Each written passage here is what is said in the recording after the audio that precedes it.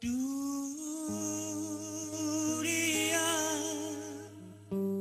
ibarat ladangan subur, tempat menanam pohon rahmat, bercabang jutaan kebaikan akhirat, beranting ketakwaan, berdaun kemuliaan, berbuah manisnya iman.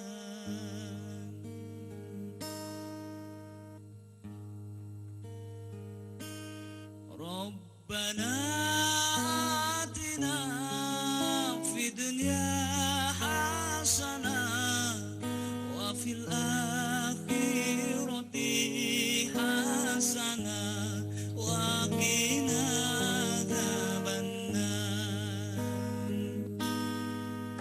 Rabbana atina fid dunya hasanah wa fil akhirati hasanah wa qina adzabannar. Rabbana atina fid dunya hasanah wa fil akhirati hasanah wa qina adzabannar. Ya Allah, semoga beri hamba kebaikan di atas dunia dan kebaikan kelak di akhirat, menghindarkan hamba dari siksa neraka. Rabbana atina fid dunya hasanah wa fil akhirati hasanah wa qina adzabannar. Rabbana atina fid dunya hasanah wa fil akhirati hasanah wa qina adzabannar.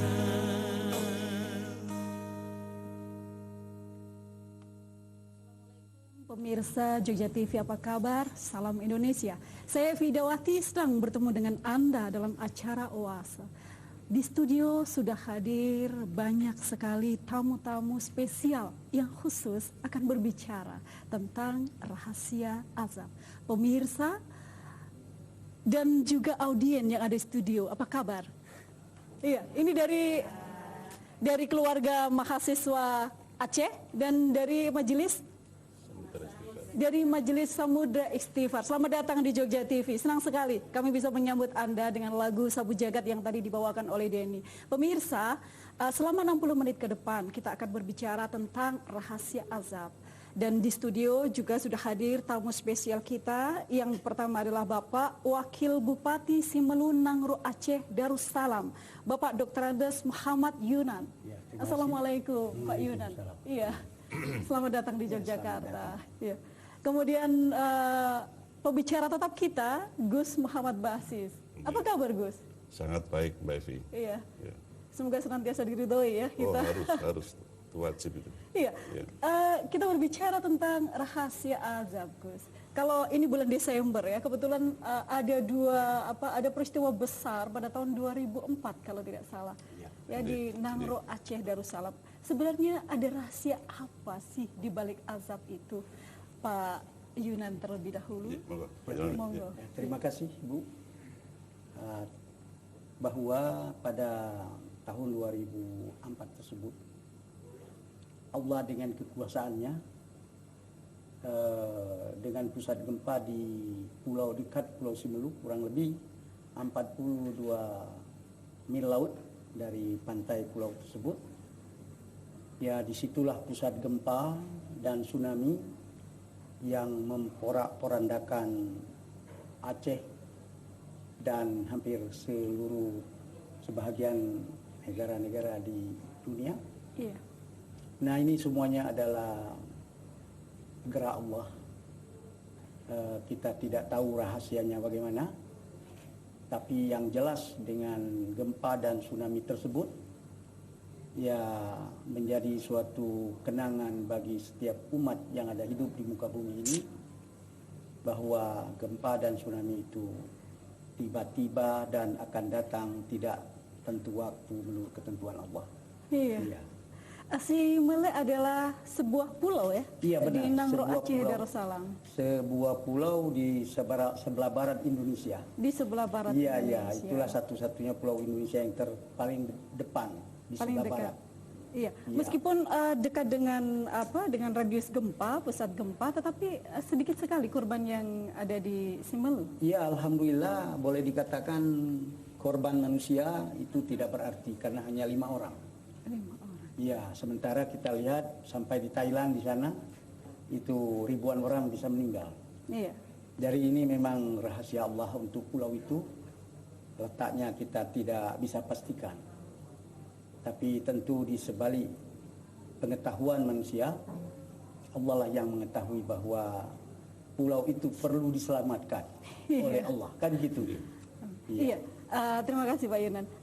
Ke Gus Muhammad Basis, Gus, sebenarnya azab dan cobaan. Azab orang selalu mengidentifikasi dengan laknat, dan kemudian cobaan adalah untuk menaikkan derajat. Sebenarnya ada rahasia apa di balik azab ini, Gus? Ya, terima kasih Mbak Evi. Begini, menurut saya bahwa terjadinya azab itu merupakan kebaikan Tuhan. Pertama, mungkin Mbak Evi mumet ya, kok kebaikan. Yang kedua, bahwa azab itu merupakan buah dari ketidakseimbangan. Bahwa kita di muka bumi ini kan keseimbang. Ada laki, perempuan ya, tua, muda, panas, dingin, atas, bawah, langit, bumi, dan seterusnya. Azab itu merupakan buah dari ketidakseimbangan tersebut. Kalau kita tidak ingin kena azab, berarti harus seimbang. Namun kalau kita seimbang, namanya bukan manusia. Manusia kan juga bisa disebut manusia karena punya dua hal. Pertama, nafsu amarah dan nafsu mutmainah. Artinya punya kebaikan dan punya keburukan. Kalau kebaikan dan keburukan ini seimbang, maka tidak akan ada azab. Tapi kalau tidak seimbang, pasti punya azab. Ini kedua. Ketiga, berpegang kepada ayat Bismillahirrahmanirrahim, ma'asobah min musibatin illa bi'idnillah. Artinya, tidak ada musibah, tidak ada bencana, tidak ada penyakit, tidak ada kebangkrutan, tidak ada kemiskinan, dan seterusnya.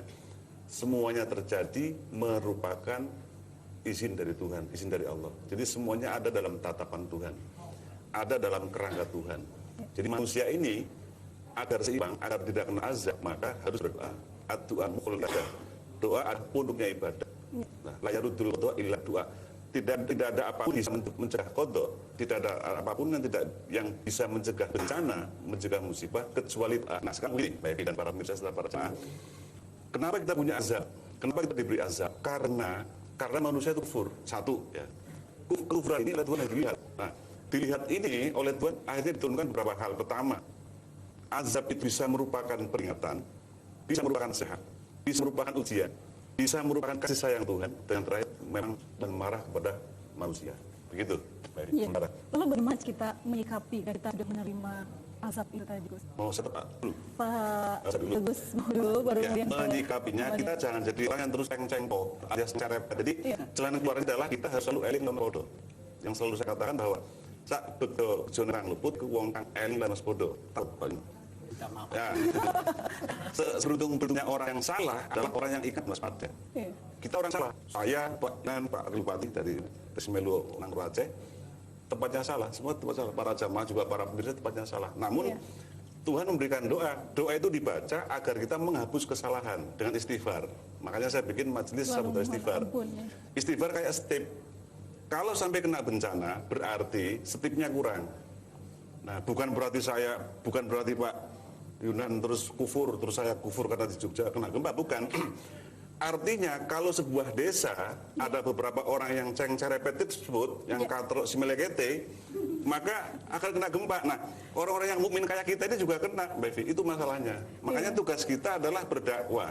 menasihati kepada orang yang itu tadi ceng cerepet itu loh. Iya, sama ceng poe itu. Jadi agar dia rodo-rodo tobat. Oke. Tobat nasuha gitu. Iya. Begitu. Gus Muhammad Basir selalu menggunakan kata-kata yang menarik. Iya, Pak iya, Yun. benar, Bu. Iya. Benar. Kalau di Simelu sendiri pasca tsunami ya, Iya. pasca tsunami kemarin, apa yang pembenahan apa saja yang dilakukan oleh Simelu? Ya pertama fisik bangunan yang hancur karena gempa. Alhamdulillah dengan bantuan pemerintah pusat, pemerintah daerah Nangro Aceh Darussalam, saudara-saudara kita dari NGO, ya alhamdulillah 80 sampai 90% lah dari rumah-rumah penduduk yang rusak maupun gedung-gedung pemerintah alhamdulillah sudah terperbaiki atau terbangun kembali. Iya. Ya.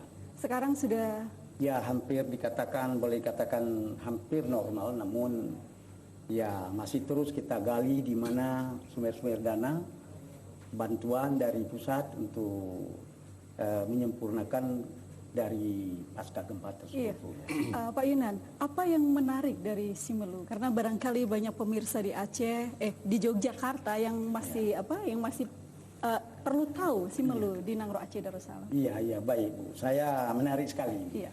Pertama sekali sejarah menyangkut tsunami. Apa sebab hanya 5 orang yang meninggal, sementara di daerah lain itu ratusan ribu orang meninggal karena tsunami. Iya. Jadi sejarah bahwa sejarah ini berkembang hanya di Simelu. Pada tahun 1907 pernah terjadi gempa dan tsunami.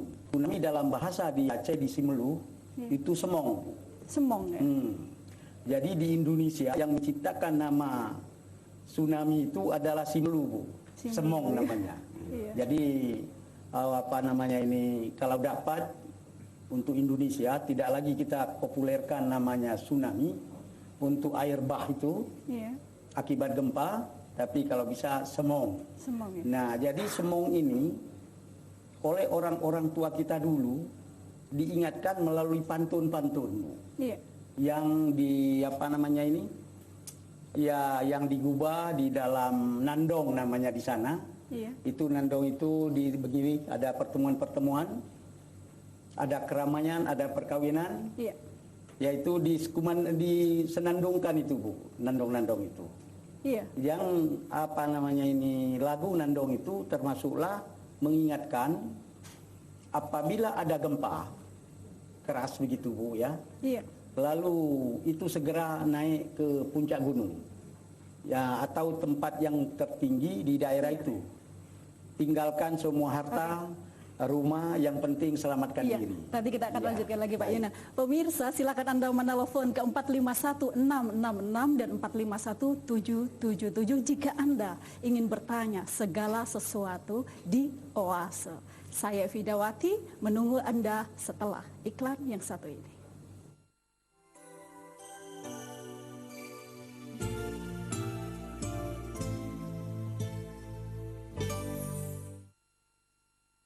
Dulu gue sempat frustasi sama yang namanya jerawat. Jerawat di muka gue tuh gede-gede. Pokoknya bikin gue gak pede banget. Macam-macam udah gue coba. Sampai yang namanya kesalahan kecantikan gue jabanin. Hasilnya no men. Nah suatu hari gue liat iklan Cefuk lagi cari 100 orang untuk di makeover. Gratis men. Ikutan dong treatment perawatan di rumah Cefuk. Ternyata lengkap, ditangani langsung sama ahlinya lagi. Lihat nih men hasilnya. Cefuk memberi bukti bukan janji. Hai. Kesuksesan mereka bisa diraih dengan semangat, kerja keras, dan tekun belajar, baik di sekolah maupun di luar sekolah. Primagama, bimbingan belajar yang terbukti mampu menjadi pendamping belajar yang tepat, serta menghantarkan mereka meraih cita-cita. Dapati Smartmu di Primagama. Primagama terdepan dalam prestasi. Belajar smart, prestasi prima.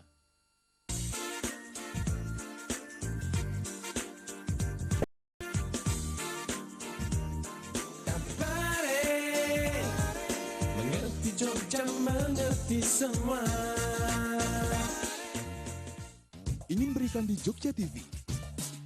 Caranya gampang dan terjangkau. hubungi marketing hotline Jogja TV atau datang langsung ke Jogja TV. Juga menerima pembuatan materi iklan. Pastikan dengan beriklan di Jogja TV, usaha Anda semakin berkembang.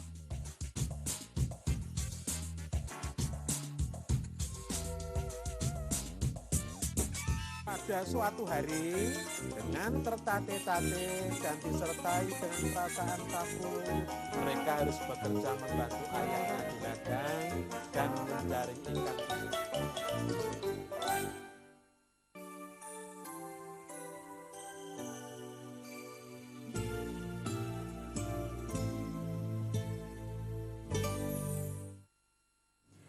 Pemirsa, senang Anda masih bersama saya di acara Oase. Silakan Anda menelepon ke 451-666-451-777.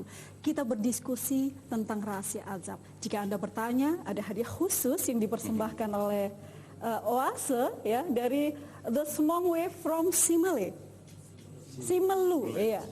From Simelu yang akan menjadi bingkisan Anda. Jadi siapkan pertanyaannya tentang rahasia azab, ingin bertanya kepada Gus Muhammad Basis atau kepada Bapak Muhammad Yunan Wakil Bupati Simelu Nangro Aceh Darussalam. Silahkan, kami menunggu interaksi Anda di sini. Ya, kepada para audien yang ada di studio barangkali ingin bertanya. Siapa? Silakan Masnya ya. Saya beri kesempatan. Iya, monggo.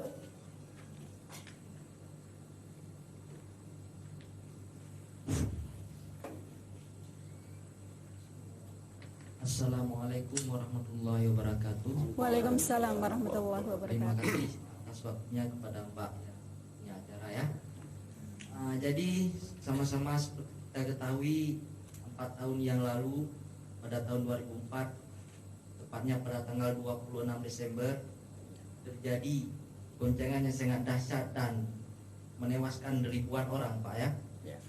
Dan bahkan di Simelu itu sendiri yang produknya, artinya yang induknya gempa dan induknya gempa itu, tetapi kenapa di situ cuma sedikit yang menjadi korban?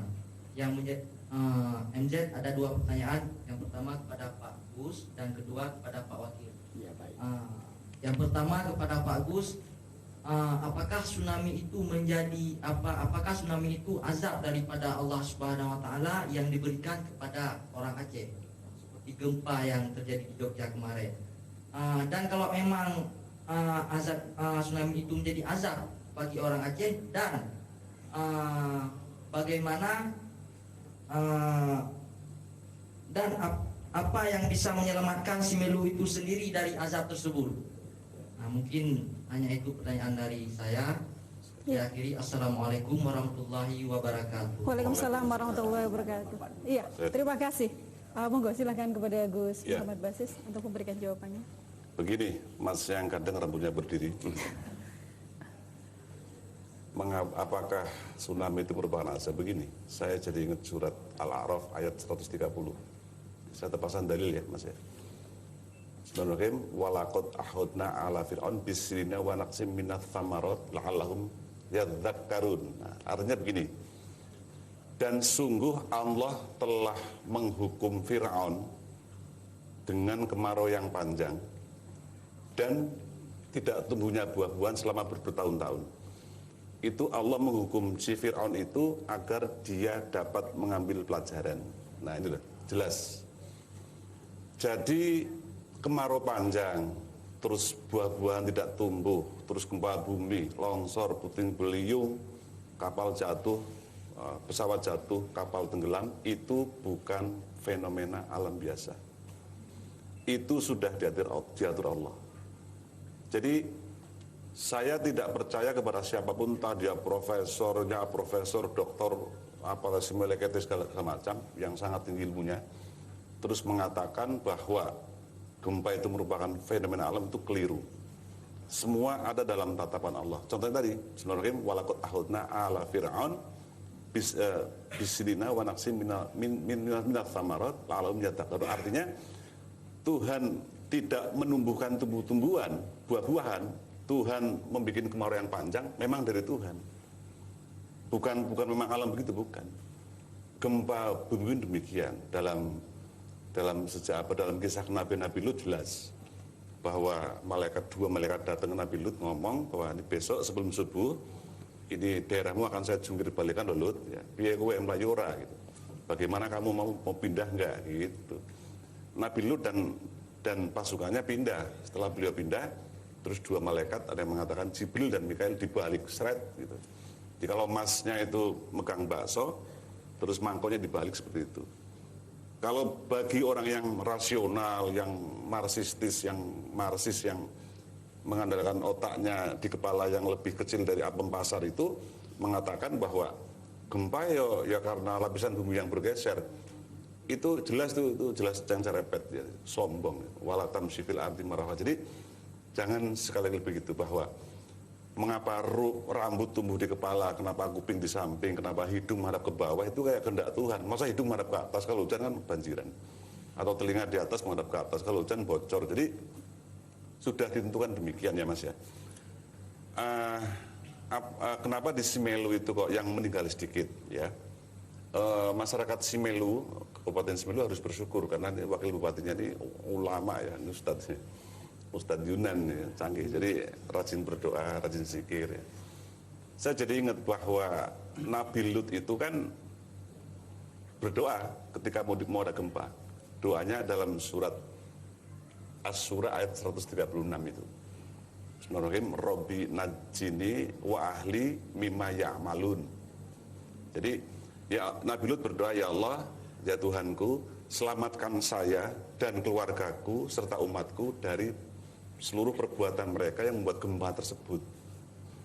Jadi Nabi Lut minta ke Tuhan bahwa ya Allah ya Tuhanku, selamatkan saya, keluarga saya, anak-anak saya, anak turunan saya, juga masyarakat yang ikut saya agar diselamatkan dari mereka yang akan dihabisi oleh dua malaikat sebelum subuh besok agar selamat gitu. Jadi kembali bahwa secara hakikat yaitu rahasia azab, secara rahasia azab Tuhan ini yang menyelamatkan kita dari gempa, dari bencana segala macam adalah doa. La yarudul qada ila doa. Artinya tidak ada yang merubah qada kecuali doa. Ya, jadi kita potong dulu Gus, ada penelpon, kita terima dulu. Halo, selamat sore. Halo. Halo. Itu selamat sore. Oh iya, selamat sore. Monggo silakan, dengan Bapak siapa, di mana? Bapak Marioto di Kebumen. Iya, Pak Marioto. Silakan. Langsung aja dengan Gusmu ya Gus. Nggih, Bang ya, Mar. ini mau tanya untuk amalan atau cara untuk agar supaya azab tidak turun kepada daerah kita atau wilayah kita, gitu aja. Terima kasih. Begini, Pak Mar. Terima kasih, ya. Pak Marioto. Maaf saya potong-potong, takut kena bencana. Jadi begini ya. Saya itu setiap bangun tidur, moga-moga ditiru oleh para jamaah ya, dan juga para pemirsa. Saya membaca 3 kali. Bismillahirrahmanirrahim, la yadurru ma'asmi syarfil arti wala fis samai wasamil alim. Jelas. Kalau mau jarak jauh, naik pesawat, naik kereta api, naik mobil ya, saya juga membaca itu. Pertama jelas Bismillahirrahmanirrahim, tambah Bismillahirrahmanirrahim, la yadurru. Artinya kita harus meyakini manakala kita akan pergi dengan apapun, harus berdoa ke Tuhan agar kita selamat. Contoh begini, ketika kita mau ke Surabaya misalnya, terus di jalan ada pengemis, kita memberi 1.000. Memberi ke pengemis 1.000 adalah tolak bala. Harusnya mungkin di Ngawi itu mungkin nabrak pohon, tapi tidak diganti nabrak monyet atau nabrak apa gitu, atau masuk parit lah gitu. Harusnya meninggal nggak jadi. Itu ngasih pengemis 1.000. Atau ketika kita akan berangkat terus membaca Bismillahirrahmanirrahim atau Bismillahirrahmanirrahim 17 kali, harusnya kita mungkin tabrakan dengan tronton, dengan tergandeng, yang jelas kita hanya nabrak misalnya angsa lewat atau mungkin bebek lewat, diganti begitu. Jadi yang bisa merubah qada adalah doa. Kalau kita mau tidur terus membaca surat Al-Kautsar ya, atau membaca Al-Ayat Kursi, bagi yang Islam, bagi yang non-Muslim membaca apa doa pemberkatan keselamatan ya dilalah. Harusnya gempa kita ketindihan Balo atau Blandar kita mungkin cuma ketindihan bantal gitu, atau syukur ketindihan istri apa suami gitu sih. Berkahnya ada dengan doa itu. Oke, iya. Terima kasih Gus. Selanjutnya ke Bapak Muhammad Yunus. Iya. Pak Yunan ya, Muhammad Yunan. Monggo. Baik, terima kasih Bu. Saya rasa dari pandangan agama kita Islam sudah dijelaskan dengan baik dan terang oleh Pak Gusmu. Jadi tentu kita juga masuk manusia hidup berusaha untuk menghindari semua cobaan dan ujian Allah itu. Jadi seperti di Simelu, mengapa sedikit sekali korban akibat gempa dan tsunami tersebut. Awal saya sudah sampaikan tadi bahwa di sana ada satu kebudayaan, yaitu seni nandong namanya, yang lagu-lagu gubahan itu ada hubungan dengan keselamatan. Antara lain apabila datang gempa itu kuat gempanya, segera meninggalkan rumah dan harta benda, naik ke puncak gunung atau dataran yang lebih tinggi untuk menyelamatkan dari semong atau tsunami. Ya. Jadi itu yang dianut oleh masyarakat di sana secara kebudayaan. Alhamdulillah dengan kebudayaan yang dikembangkan secara turun-temurun oleh masyarakat di sana, selamatlah dengan izin Allah masyarakat Simelu itu dari gempa yang begitu dahsyat dan tsunami-nya itu luar biasa. Oke, iya, nanti akan kita lanjutkan lagi, Pak Muhammad Yunan. Pemirsa, terimalah persembahan dari kru Falara yang dipimpin oleh Yopi Andri.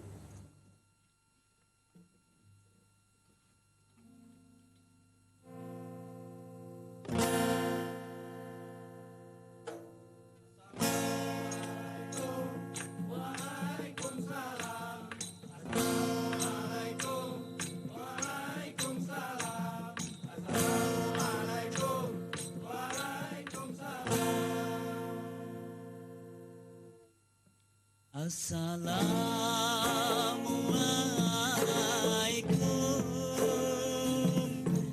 musik kandung ale meriah,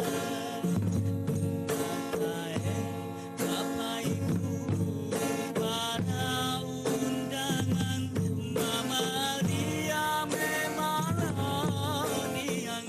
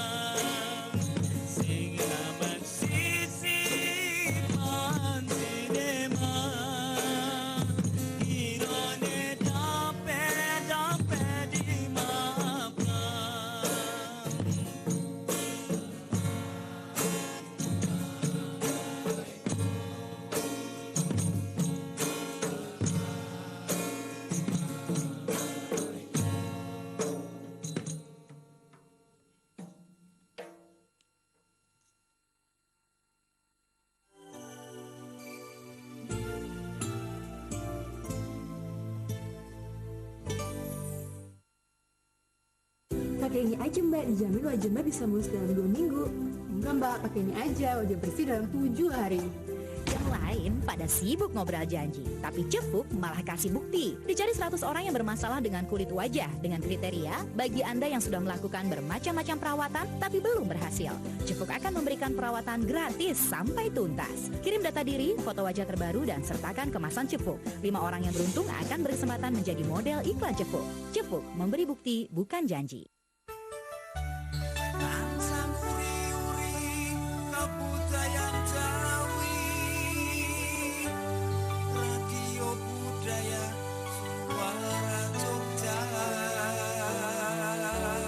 Langan sastra budaya kinarya lestari jiwa. Songo siji koma songo FM. Radio suara Jogja.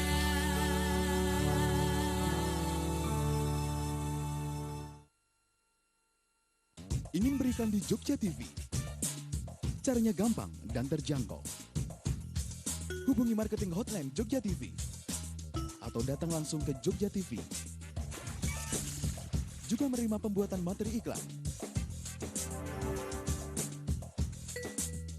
Pastikan dengan beriklan di Jogja TV, usaha Anda semakin berkembang.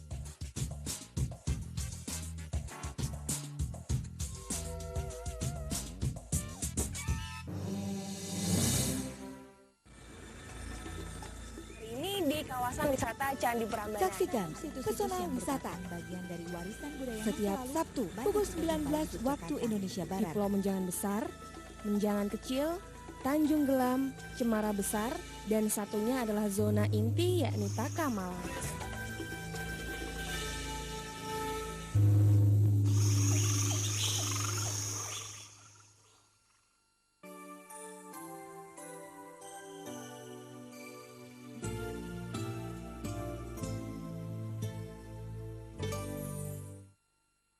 Pemirsa, terima kasih Anda masih bersama saya di acara Oase.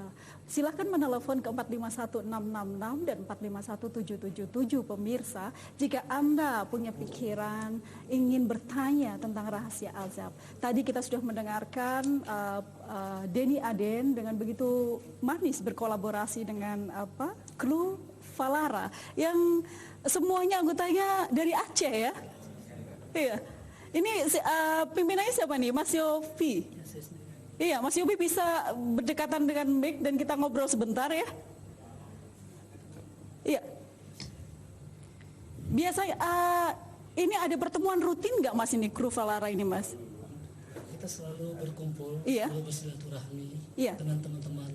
Walaupun teman-teman masih berkuliah semua di Iya. Jogja. Semuanya dari Simelu ya? Semuanya nggak ada yang dari Banda Aceh, Iya. Musnawe. Kita berkumpul membuat satu wadah di Jogja. Oh iya, sukses selalu ya Mas Yofi ya.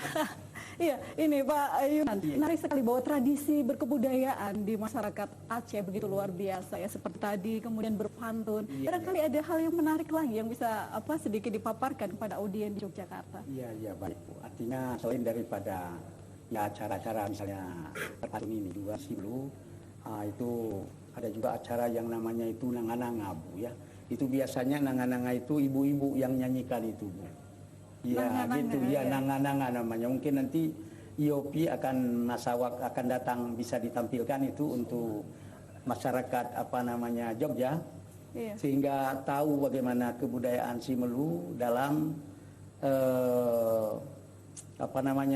menyemangati suatu kegiatan perkawinan dan sebagainya. Jadi nandong dan nanga itu merupakan suatu rangkaian itu Bu di dalam acara-acara kebudayaan, baik perkawinan maupun acara-acara pertemuan masyarakat gitu.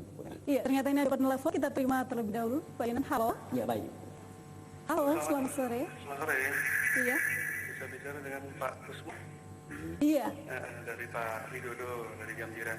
Oh, dari Pak Widodo. Monggo silakan Pak Widodo. Di sini ada dua pembicara, monggo. Tadi untuk supaya azab tidak terkena kepada orang tersebut, apakah dengan banyak sodako dan bagaimana doanya bisa terkabulkan yang bisa makbul? Terima kasih. Iya, terima kasih Pak Widodo. Monggo langsung ke Gusmo. Begini Pak Widodo, bahwa selama ini kan begini ya, kita kan keliru dengan Tuhan. Artinya begini, kita menganggap Tuhan itu jauh. Padahal Tuhan kan dalam diri kita. Bahkan ada hadis mengatakan bahwa Tuhan lebih dekat dari urat leher kita, nadi kita kan. Innallaha ma'ana, sesungguhnya Allah bersama saya. Jadi begini, manakala kita berdoa, terus kita was-was, jelas nggak lolos. Jadi dalam kita berdoa, yang ada adalah suatu zero yang berisi. 1 0 tapi berisi. Jadi kita merasa yakin bahwa Allah pasti mengabulkan. Itu pasti masuk. Pertama. Yang kedua, dalam kita berdoa, jangan kita merasa rendah diri secara spiritual. Jangan sampai kita punya, wah saya ini banyak dosa, saya ini ahli maksiat, terus jangan-jangan nggak terima betul. Yakin aja. Kalau berdoa yakin, ya bisa. Gitu. Itu yang kedua. Yang ketiga, berdoa itu tidak harus dengan bahasa Arab. Bisa dengan bahasa Indonesia, bisa dengan bahasa Semeluk, ya, bisa dengan bahasa Latin, Aceh, bisa dengan bahasa Tarsan dan seterusnya, bahasa isyarat. Jadi doa itu harus dengan kemantapan total, kemantapan total, dan doa adalah nasihat untuk diri kita. Artinya dalam kita berdoa, terus kita meyakini itu adalah kebaikan, maka Allah pasti mengabulkan. Hanya persoalannya masalah timing. Artinya kapan Allah akan mengabulkan. Terus begini, masalah sodakoh. Loh, sodakoh itu pasti menolak bencana, menolak bala, menolak musibah, menolak kefakiran. Selama ini orang pada keliru, uang keliru. Hakikatnya, ketika kita bersodakoh 1.000, maka Tuhan akan ganti 700.000. Jadi kalau misalnya Pak Yunan sodakoh 1 miliar, dapat 700 miliar misalnya. Jadi sodakoh misalnya di Jogja 1 miliar, maka sampai Simelo akan 700 miliar, teman proses kan begitu. Dikembalikan oleh Tuhan. Jadi berbisnislah dengan Allah. Kalau kita bisnis ke bank hanya dapat 3% ya, bunganya per tahun atau per bulan. Tapi kalau dengan Tuhan kita akan dapat 700%. Makanya kita jangan pernah mengusir pengemis. Misalnya di perempatan kita ada pengemis, terus dasar orangnya ganteng, cakep, pengemis. Loh, kan karepmu mau cakep, mau ganteng, mau dadanya bidang, itu kan mau jadi pengemis terserah. Orang ngemis, orang ngamen itu udah sangat susah itu. Udah kakinya panas, kehujanan, kepanasan, terus sudah menghinakan sangat rendah diri mereka sendiri. Maka jangan kita tambah dengan kita ngenyek, menghujat, padahal karena kita pelit. Nah, kunci sukses, kunci kaya adalah kita rajin bersedekah. Kok bisa? Karena ketika kita bersedekah diganti Tuhan 700 kali lipat. Begitu. Wow, luar biasa ya. Jadi marilah kita bersedekah bersama-sama. Minimal nyengir. Sedekahnya dengan senyum. Oke, barangkali ada satu penanya lagi ya, yang perempuan lah, dari audiens di studio. Silakan. Assalamualaikum warahmatullahi wabarakatuh. Waalaikumsalam warahmatullahi wabarakatuh. Terima kasih atas waktu dan kesempatan yang diberikan kepada saya. Yang pertama saya mau nanya kepada Gus Muhammad Basis, di mana dan kapan untuk berkonsultasi secara mendalam dengan Bapak Gusmu? Pertanyaan yang kedua, dengan Bapak Wakil Bupati, ada kerjasama khusus untuk selanjutnya antara wakil Bapak Bupati Aceh dengan keluarga Aceh dengan Gus Muhammad Basis selaku pengasuh Majelis Samudra Istighfar atau Masais di Padepokan Bakti Nusantara. Sekian dari saya. Iya, terima kasih Bu. Wah, monggo, siapa yang terlebih dahulu? Gus. Pak Muhammad Yunan dulu, monggo, silakan. Terima kasih sekali Bu ya, bahwa dengan bertemu dengan Pak Gusmu, saya berbahagia sekali, dan hubungan silaturahmi dan hubungan kekeluargaan serta peningkatan rahasia-rahasia Allah ini barangkali kita akan terus akan kita sulur hubungan, dan mudah-mudahan antara Aceh, Simelu, Jogja melalui Pak Gusmu akan terus terjadi.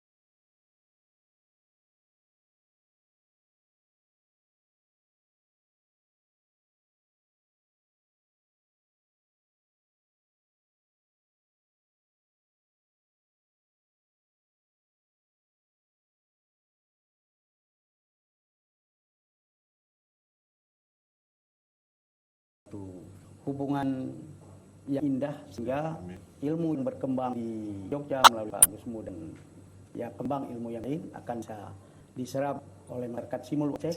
Demikian juga barangkali temuan-temuan atau kebudayaan-budayaan yang ada di Simelu pun di bidang agama barangkali bisa kita tukar informasi sehingga bertambah malah keimanan kita dan tambah kesabaran kita sehingga kita akan mudah terhindar dari cobaan Allah untuk masa-masa yang datang. Ya, terima kasih. Amin. Iya. Monggo silakan ke Gus Muhammad Basis. Begini Mbak, yang suaranya juga lah bencana itu. Begini, bertemunya saya dan Pak Yunan itu bukan kebetulan.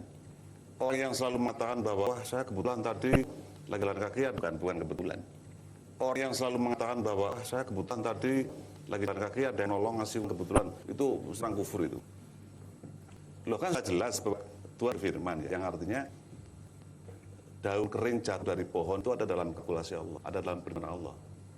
Ya, di antara memang ada yang mencret atau diare juga karena Tuhan, bukan karena makanya beraut dan sebagainya, maka mencret atau diare. Jadi saya bertemu Yunan ini sudah tertulis sebelum ada di muka bumi, bahkan sebelum ini belum jadi sudah ada file di sana di Lauhil Mahfud.